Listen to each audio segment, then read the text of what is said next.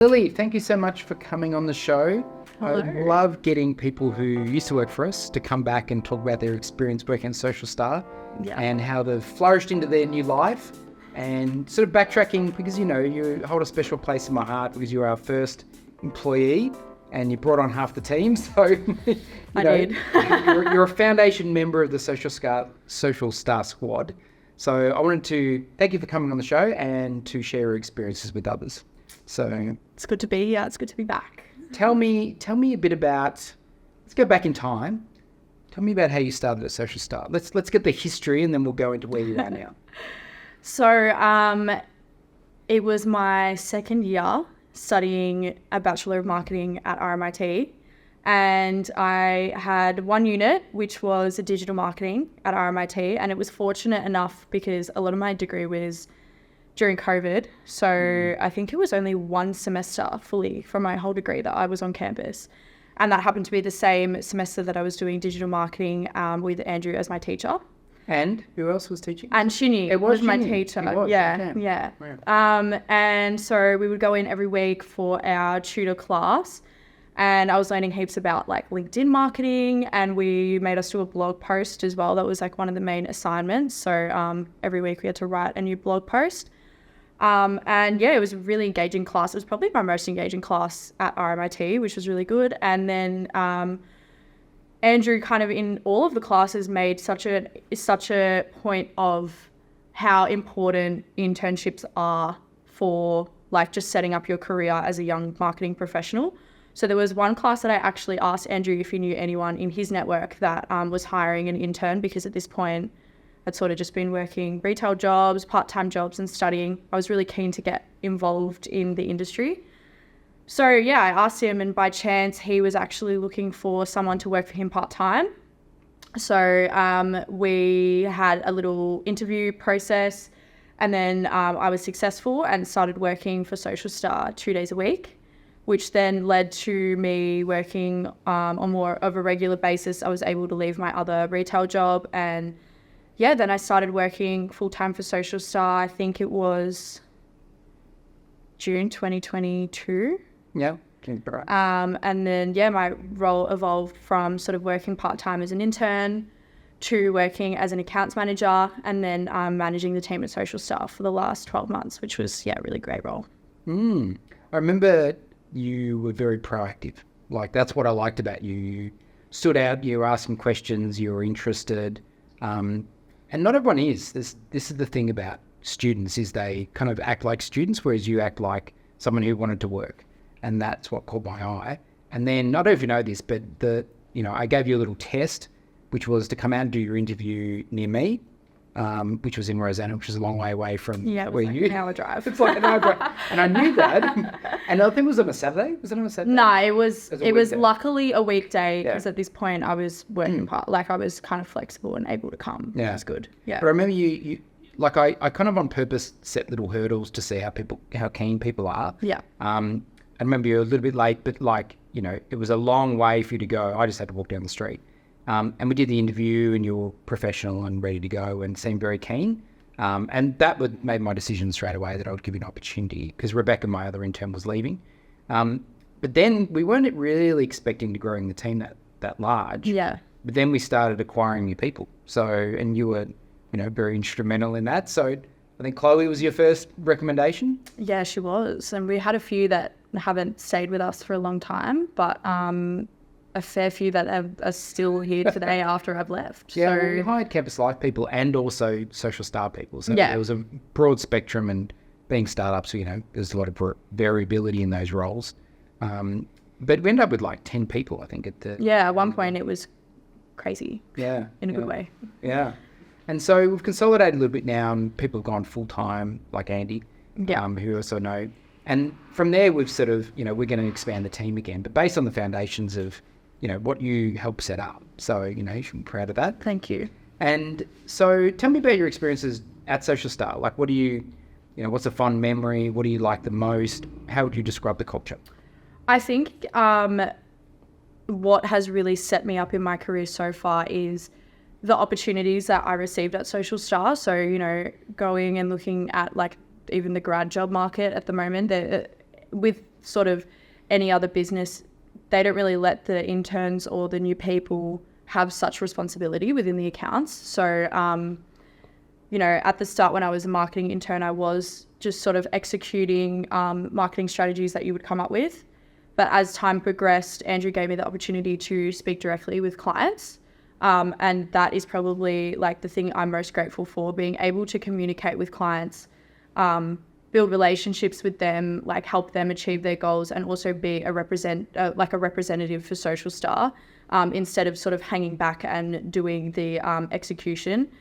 Like even in now my new role, like people have told me that I'm amazing at comms and that is my strength. And without having that opportunity at Social Star, client communication, without having that opportunity, I don't think I would have been able to get a role, a new role that is such an advancement from what, a lot of people that have just graduated wouldn't be able to apply for. And it's, everyone has said, comms is something that is so hard to teach. You can learn how to execute marketing, or you can learn how to do social media marketing, or coordination and stuff, but having that, being able to build relationships with Social Star's clients has definitely been the highlight, and something that made it actually really hard to leave, because I'm so close with a lot of the Social Star clients that I got to work with. Yeah, it's interesting you say that. I mean, that's one thing that I picked up, because I look at people's history before I hire them to go, what would their future be? And I noted that, in your high school, you took the opportunity to leave a comfortable high school situation and go to an advanced STEM course. In your retail job, you were the team leader at 18, 19, with people much older than you leading the team. So you had this leadership quality that, and willingness to pursue an objective, which I noted. But also, when you were shadowing me, you'd pick up quite quickly on the client comms. I remember you sending me emails, and I'd sort of say, I'd phrase it like this and I'd position it like this. And you learn pretty quickly on, you shadowed really well, which is important, because some people don't pick up the cues. They don't get the differences. They don't see the nuances in client communication. But you did that really well. And then, when you started managing your own accounts, you were able to pick up new business from them, because you could just see when they went, oh yeah, I'm thinking about this. And you're like, oh, we could do that. And you'd picked up accounts which no one else really had done before. So I thought that was a good signal that you will be successful in, really going hard on account management, where, everyone's got their own strengths and weaknesses. So, some of our team are great at creative, and some are great at account management, but also, processes and systems. And so I always thought your strength was in account management. That was the, team leading and also account management. So that's where you've achieved, your new role. Yeah. So tell me about the new role. So I currently now work as a marketing strategist at Megaphone Marketing, which is a digital marketing agency located in Cremorne. And so how have you found the difference? Because we're a niche agency, small, nice team. They're a bigger agency, more people. How have you found the culture difference? I think, obviously coming from an environment where, I'd worked at Social Star for, I think it was close to 3 years, and having Chloe, Andy, who were my personal connections before working, and obviously knowing you for multiple years, going into a new environment, it was scary, because you're going from being sort of comfortable walking into work every day, kind of knowing everyone's personality, how to communicate with them, or what they kind of need from me, to then going to something that's 80 people in the office. I'm the youngest employee at Megaphone at the moment. So that was obviously something I was thinking about before going into the role, and, the first week as well, thinking every single person at Megaphone came up to me and said, oh my God, hi, nice to meet you. You're the new person. You're Lily. You're this.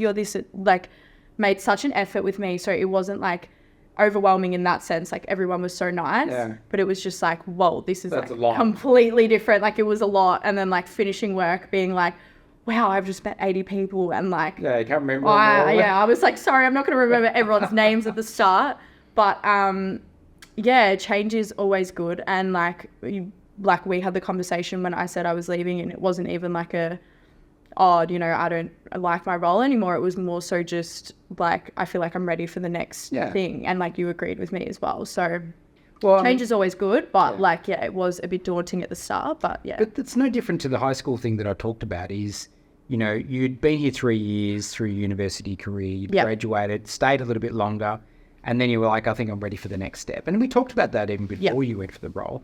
And, to be honest, I was a bit disappointed you were leaving just because I like working with you, but that's like all our stuff. Yeah. And my coach actually made me reflect and go, that's awesome, because it shows that the training ground we have is very fruitful and produces great talent to get top jobs. Because you didn't get employed as a junior, you got employed as, quite a sizable position for someone your age. Yeah, no, I agree. Yeah. So that made me feel good, and we're going to develop that process to ensure people get that, senior opportunities when they finish with us, and we'll help them get the next role. Yeah. Because I think that's the natural career path. Because when you're young, you want to experience different things. You're a big fish in a small pond. Now you're in a bigger pond, but still there's bigger ponds to challenge, Yeah. Yeah. I mean, reflecting back on my career, I worked at my family business with 18 people for 9 years. Yeah. And then went to Hewlett-Packard, and there was 2,000 people in my office. How did 2,000 people fit in one office? I know, right? Huge. And then 40,000 people worldwide, $40 billion in revenue. It was the biggest computer company in the world. Yeah. And it was just overwhelming. Like my boss was in Sydney. He didn't even turn up for my first day. Yeah, that is crazy. Yeah, I'm just like, what do I do? And they go find a desk somewhere and order a computer. I'm like, how? I just had to figure shit out. But that's, in this company, we do ask that. I think we challenged you a little bit while we were growing the business. But you adapted and grew from that challenge. Yeah. So thinking about your, the culture here, how would you describe what it's like to work at Social Star for those who may be thinking of joining? Well, I think that I'll always, think positively of Social Star's work culture. So obviously within the 9 to 5, it is a great work environment because you always encourage us to, do our best, figure things out for ourselves, but there is support when needed. So that is really positive. And everyone that works here are high achievers. So naturally it just, I think, enabled me to do even better. My personal working style is when I'm surrounded with other people that are working hard and achieving their goals, it kind of rubs off on me on a way, and it makes me want to do even better. And having a team that, on some accounts I was working closely with one other person, or our bigger accounts we had multiple people on, and being able to see a team together achieve their goals is something that just positively reinforces hard work and good culture. And then, outside of work, very close with everyone that works here. It's very social. It's in the name, Social Star, but very social working environment as well. And very understanding. There's lots of times where we know that, you're sick or you can't come to work or you need to reschedule. And that was never something that was frowned upon because everyone worked so hard that it was just, really positively reinforced work culture and environment. And it sounds like where you've landed is similar. Would you say that's true? Yeah, very, very similar. A lot of incentives to do well, which doesn't just mean more money. It means you've got your manager that's always striving for you to do your best. And I know at Megaphone, if I was to make a mistake or just a complete error, that they honestly know that you're already feeling bad about it. They don't make you feel bad about it. They understand. And my manager's told me I've done these mistakes myself as well. So that working culture from Social Star and Megaphone is same in the way if you make a mistake, it's understood. Everyone makes mistakes, and that everyone will try their best to make sure that it's resolved and fixed. So very similar. That's good. And so thinking about your peers that you graduated with, because you only graduated at the start of the year? It's the end of last year. Yeah. So it's been about a year? Yeah, it's been a year. So thinking about your peers, not the ones that work at Social Star, but just in the general community, where are they in their careers? Are they similar or are they achieving different things? I don't know any. I'd probably delete that question because I actually don't know anyone. So I don't have any uni friends. But this was part of the reason why, we started the training program at sort of Social Star, was to help people like yourself who didn't make strong connections at university. Yeah. That was part of the reason why Shinny and I wanted to create Campus Life. To train students and give them an opportunity to network with other people and form real connections, not just with students, but with industry, so that they can progress their career. So, that was a bit of a catalyst moment when you came on board. And obviously we hired a lot of people in Social Star, but then, not everyone stayed with Social Star because they were sort of hybrid Campus Life, etc. Yeah. I think that it was really great having that experience where we were recruiting for Campus Life, because as I mentioned earlier, didn't really have that typical university experience due to COVID. So having that opportunity to actually reach out, there was one period where you were asking me to reach out to university students and people I was connected to on LinkedIn, and reaching out to like uni students that were like-minded. We ended up hiring. It was actually really good because work days I was coming into work and working alongside like up to 10 people that were also studying. It kind of gave me that university experience, you know what I mean? Because I had people that were there, and like a lot of people were actually at my university as well at the same time, but we hadn't crossed paths or hadn't met them. So being able to come into work, talk about uni, but then also talk about like work projects and stuff, it was really good. Yeah, interesting. And so thinking about like those times, one thing that comes to mind was you starting the very first or managing the first Campus Life event. Yeah, oh my God. that was pretty epic, speaking of COVID. Yeah. Can you tell that story? Yeah, so our first ever Campus Life event, I was so hyped because Andrew let me sort of event manage. And I love event organising and coordinating. And, I used to always organise at Christmas parties. Andrew would be like, oh, we'll have a Christmas party. I'm like, I know where we're going. I've made the reservation. Don't worry. The first Campus Life event, I organised, coordinated with Chloe as well. Like I had a few, and Grace and Eliza, I had a few other people. And, we went crazy on inviting people that we knew that were studying in marketing and that would benefit and maybe be interested in Campus Life. So I remember I think Andy actually went, and she was my friend at the time. I had a few other friends that went studying business, and literally 2 days before I got COVID, so I wasn't actually able to attend the event. So then when they were doing the speeches, I remember, I think Chloe FaceTimed me and like had me on the stage in front of everyone and gave me a little shout out, which was nice. But it was a bit unfortunate, but You came out later? I did actually. My lockdown ended at 12, so I was out celebrating the great night with everyone. Yeah, it was so fun. I know, you're such a, rule stickler as like, I can't leave the house. Oh, well, my parents are like that as well. And like, I wouldn't want to put anyone else, this is when COVID was extremely serious. So I wouldn't want to put anyone else in doubt that I could potentially spread the virus, In the 1 hour difference that it is, Yeah.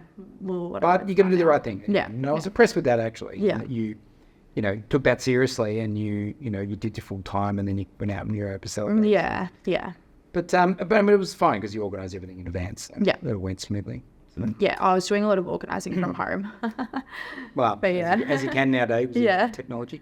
So just to finish off, what advice would you give to someone who's, sitting at university or just graduated and thinking about the next steps in their career? What sort of advice, not necessarily Social Star related, just in terms of what would you suggest they do to get ahead in their career? Because you've done very well. I think that a lot of people get nervous that they don't have experience, or that they don't compare to like another person that they've heard of that has this internship at a massive company or has this opportunity. And it just comes down to asking questions and showing that you're interested, because if you get rejected, it doesn't really matter. But if you don't put yourself out there, then you're never even going to get rejected, which is like the first step.